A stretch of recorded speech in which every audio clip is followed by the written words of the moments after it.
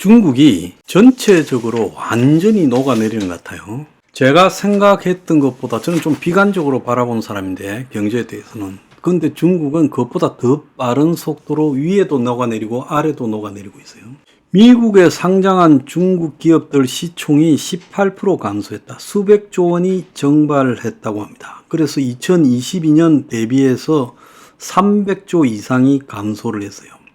자, 이게 지정학적인 갈등과 또 시진핑 리스크 등도 있지만은 전체적으로 중국이라는 나라가 지금 미국에서 비춰지고 있는 이미지, 그리고 그 속에서 나타나고 있는 중국 경제의 붕괴, 이런 것들이 전부 하나가 되면서 중국에 지금 미국에 상장된 중국 기업 자체가 완전히 망가지고 있다는 거예요.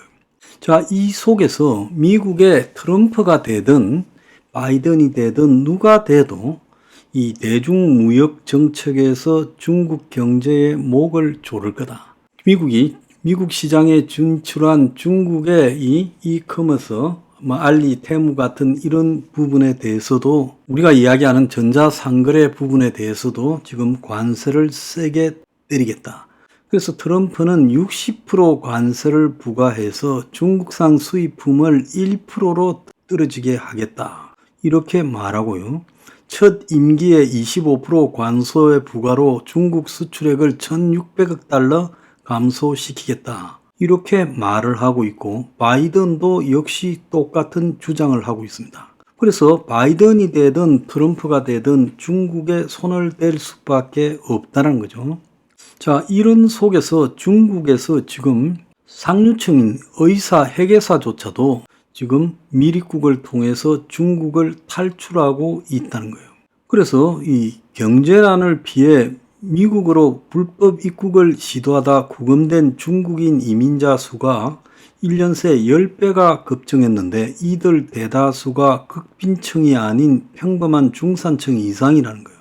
그래서 중국 경제의 허리 역할을 하는 중산층, 일부 상류층조차도 탈출구를 찾아 나선다. 그래서 아주 초상류층은 합법적으로 해외 재산을 빼돌리고 이민을 시도하고 중국의 중상층들은 불법 이민을 시도하고 있다는 거예요. 그래서 미국 세관에 구금된 불법 중국 이민자 수가 3만 7천 명이라는 지난해 재작년에 비해 10배나 증가했는데 중국의 불법 이민자가 지금 급증하고 있는데 이 사람들이 대부분 멕시코 국경을 통해서 5천 달러의 비용을 쓰면서 넘어온다는 거예요. 그래서 중국 직장인 평균 연소득 3분의 1이 넘는 비용, 거기에 항공료 또 각종 미립국 중개조직 수수료 등까지 합치면 몇 천만 원씩을 쓰고 미국으로 미립국하기 위해서 이 멕시코에서 대기하는 중국 사람이 많다는 거예요. 이들은 경제적 어려움이 너무 심하다니까 부동산 붕괴로 생활 기반이 무너져 버려서 도저히 살 수가 없어서 중산층이 중국에서 탈출한다. 그래서 중국에서 공장을 하던 사람들, 중국에서 의사를 하던 사람들, 회계사 하던 사람들, 부동산 중개인, 회사원 등 중산층이 멕시코를 통해서 죽음을 무릅쓰고 미국에 무립국하다가 잡히는 그런 지금 짓을 하고 있다는 거예요. 그래서 중국의 중산층 붕괴가 지금 굉장히 심각하다. 지난해 중국 중산층 가정의 11.4%가 소득이 30% 감소했다지만 실제로는 이것보다 훨씬 더 심각하다는 거예요. 그래서 중국의 중산층도 왕창 무너지고 있다는 거예요. 자, 이런 상황에서 중국 사람들이 사지도 말고 먹지도 말고 아무것도 하지 말라고 지금 디플레 늪에 빠져서 아예 돈을 안 쓰고 지금 버틴다는 거예요. 차가 고장나면 지금 차도 안 사고 중고차도 안 산다는 거예요. 그리고 옷은 아예 안 산지 오래됐고 식비까지 줄이고 있고 고기는 아예 그냥 안 먹고 이렇게 버티고 있다는 거예요. 그래서 중국의 디플레이션 그림자가 짙어지는데 이럴 때일수록 소비가 장려돼야 되는데 소비가 더 급격히 줄어들고 지갑을 완전히 닫고 버티고 있다는 거예요. 그래서 지난 1월 달에 중국의 최대 명절인 춘절이 끼어 있는데 설이, 그런데 돼지고기 마이너스 17.3%, 채소 마이너스 12.7%, 식료품 가격이 급락을 했다는 거예요. 그래서 중국에서 지금 심지어 저가로 이 물건들을 팔고 있지만 과거 부동산 거품에 자기 자산이 늘어난다고 소비하던 중국 소비자들이 코로나 팬데믹 중국의 부동산 금융위기를 겪으면서 자기 자산이 꺼지자 이제 지출을 줄이고 그야말로 지금 굶어 죽지 않고 버티려고 노력하고 있다는 거예요. 그래서 전부 싼 걸로 사고 있다는 거예요. 자, 중국이 앞으로 점점 디플레가 더 심해질 거라는 것을 예고하는 거예요. 그래서 중국의 이 설에도 여행객이 폭증했다라고 했는데 알고 보니까 완전히 짠 네트워크, 돈 안 들이는 그런 여행들만 했다는 거예요. 그래서 오죽하면 홍콩에 가가지고 하루 즐기는 당일치기 55,000원짜리 상품 등이 유행을 했다는 거예요. 자, 이 속에서 미 하원의 중국 특위 위원장인 그 마이크 갤러거 위원장이 대만을 방문합니다. 이 사람은 중국 잡는 독수리라고 분류되던 이라크 파병 정보 장교 출신으로서 반중 인식이 굉장히 강한 사람이에요.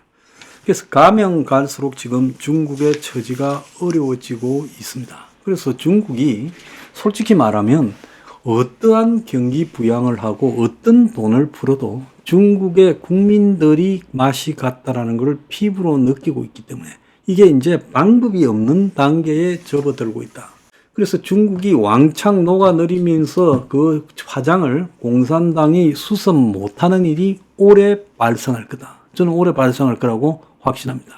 근데 여기서 진짜 심각한 문제는 시진핑이 솔직하게 중국의 문제들을 털어놓고 그것을 중국의 각종 이 기구들을 통해서 논의를 하고 국민들에게도 알리고 그렇게 해야 되는데 공동 부윤이 뭐니 하면서 지금 독재 집권을 하는 그 과정에서 중국의 이 붉은 이 자본가들을 굉장히 쪼았어요. 그래서 스스로 자기 무덤을 판 것도 있고 중국이 이미 금융위기 이후에 맛이 갔는데 2008년 이후에 지금 15년 이상을 갖다가 부동산에다가 돈을 뿌리고 그리고 중국의 인프라, 과도한 인프라에 그 돈을 뿌려댔어요. 그 돈이 어디서 나왔느냐? 전부 그림자 금융에서 나온 겁니다. 그래서 자본주의 체제를 채택하고 있는 이상은 어딘가에서 공돈이 나오지 않고 그 돈은 다 나중에 빚으로 정리가 되겠죠. 그래서 돌려막기를 하다가 이제 돌려막기를 못하는 사태가 벌어지니까 대형 건설사들이 부동산 회사들이 수백조의 빚을 낳으면서 터지고 있고 그 속에서 지금 중국의 부동산 가격이 중국 국민의 소득에 비해서 얼마나 거품이었느냐. 중국 사람들이 한국 사람들의 소득의 4분의 1 정도밖에 안 되잖아요. 실제로는 그것도 안 될 거라고 봅니다만은 그렇다면 중국의 부동산은 한국 부동산의 4분의 1 가격 이하여야 되죠. 그런데 어떻겠습니까? 그래서 중국의 이런 거품들이 다 무너지면서 이제 중국은 수습불능인데 공산당이 이 사태를 수습할 능력은 어디로 가도 보이지 않는다. 저는 그렇게 보고 있습니다. 올해 저거 맛이 갑니다.